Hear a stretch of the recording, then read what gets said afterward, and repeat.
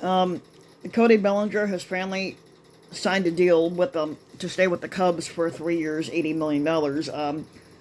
For a while, because he was only signed to 1 year back last year when he had signed with the Cubs for just that 1 year.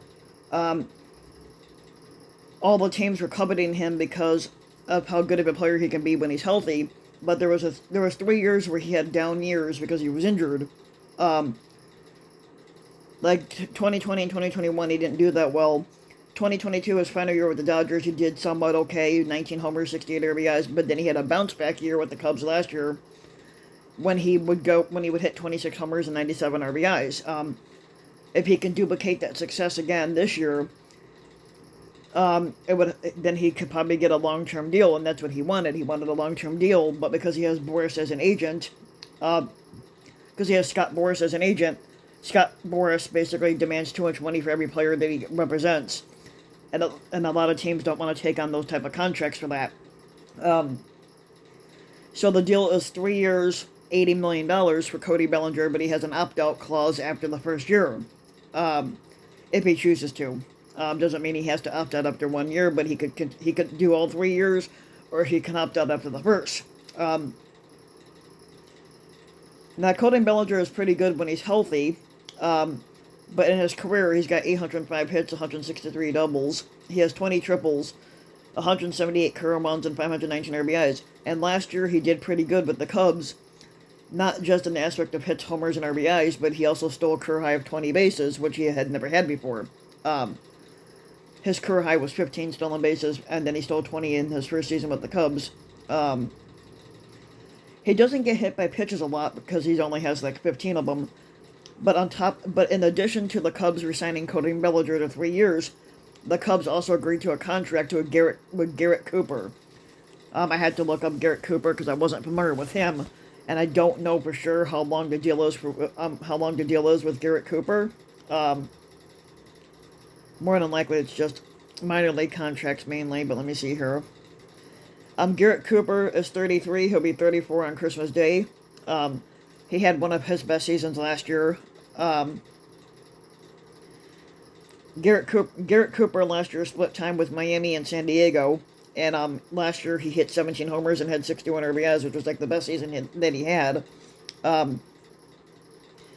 But in his 7-year career, he's got 437 hits, 91 doubles, 6 triples, 56 homers, and 222 RBIs. I'm not sure how long he's gonna plan on staying with the Cubs, if he makes the roster at all. But like I said, his numbers are not that great. He didn't make his debut until he was 27, and he's got a 268 batting average. Let's see how he does, and see if Cody Bellinger can replicate that success too that he had last year. But what I'm really waiting on is to see how Craig Counsell does with the Cubs. He's the new manager that the Cubs hired, and I want to see how he does compared to everything else. And that's what we're going to wait on. Also, my Chicago Bulls won yesterday, so I'm happy about that because they've been struggling this year alone.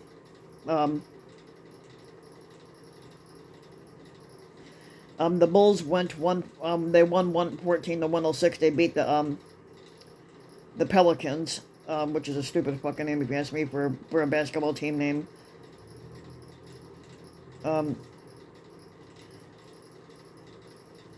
Let's see what we got here. Yeah, so and then the Jazz beat the Spurs 128 to 109. The Warriors have been struggling this year, which I'm actually surprised about. They're 119 and 103. That was the final score yesterday, but their record this year alone is... let's pull this up here. Should tell me in a minute. Yeah, the record this year is 29 and 27, which I'm actually kind of shocked about that their record isn't better. But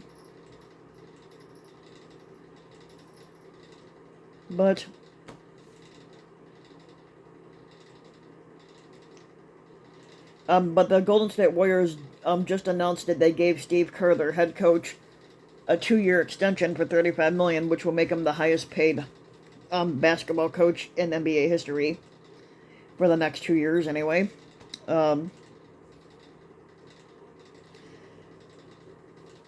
The NBA has just announced that 5 players have been suspended in their role in a fight that broke out during the Heat and Pelicans game. Miami Heat forward Jimmy Butler is one of the 5 players that has been suspended without pay for their roles in Friday night's court altercation with the New Orleans Pelicans. Butler and Pelicans forward, not sure if I'm saying this name right, Najee Marshall, were both suspended for 1 game for instigating and engaging in an on-court altercation. Also, Pelicans guard Jose Alvarado and Heat center Thomas Bryant were suspended 3 games each for leaving the bench area during the on-court altercation and for fighting. The Miami Heat forward Nikola Jovic was also suspended 1 game for leaving the bench. Now, the altercation started after Pelicans forward Zion Williamson stole the ball from Jimmy Butler and he went up for a layup.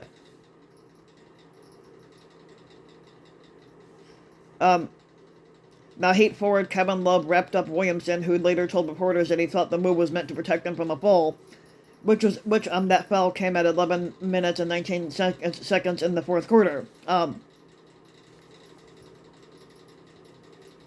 Now, Butler and Marshall got into it at that point and had to be separated from the court. Alvarado and Bryant met at the scorer's table and they started fighting after the initial scuffle had broken up. But Butler, Marshall, Alvarado, and Bryant were all ejected from the game, and Love's move was assessed a common foul.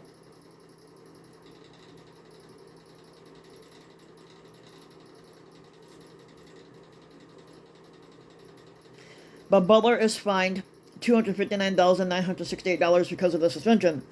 But by far by far the most among the 5 players receiving bans. Bryant will be docked $52,308, while Jovic will lose $12,655, and for the Pelicans, Alvarado will lose $37,988, and Marshall will lose $11,096. Now, the Pelicans lost to the Chicago Bulls on Sunday night, but Marshall served his suspension then, while Alvarado missed the loss and will miss the upcoming road trip against the New York Knicks and Indiana Pacers.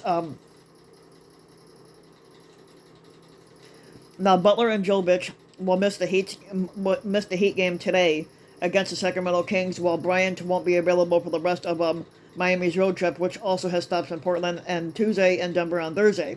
And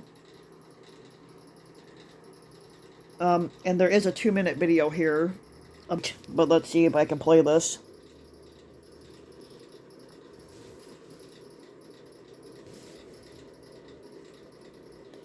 I hate these damn commercials.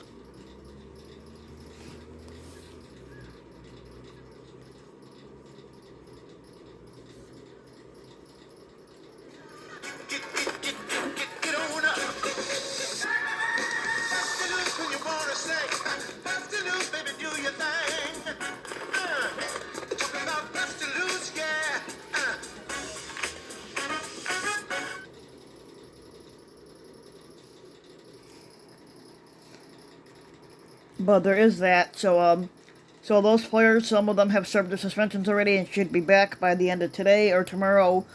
And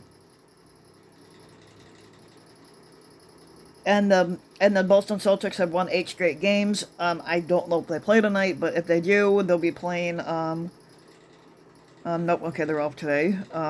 Their next game will be against,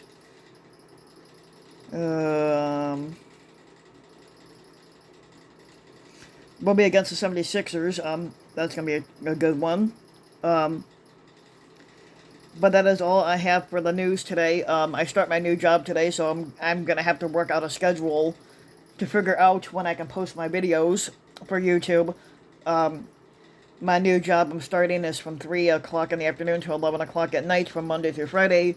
So I just got to work out a schedule that will be best for me to post my videos. I'll also have another video up on my RVW King reviews, on my Rusty the King review channel. So I have to figure out what I'm going to talk about there. But if you like the video, you can give the video a like and subscribe to my channel, RVW King. You can also hit the notification bell so that you'll be notified when a new video comes out. Make sure to smash that like and subscribe button if you like videos like this. You can also leave a comment, let me know what you think. But if you want to support my work even further, you can donate to my Patreon link, which you can find in the About section of YouTube. And for just a little as a few bucks a video or a month, your donation can help go a long way, and thanks for listening.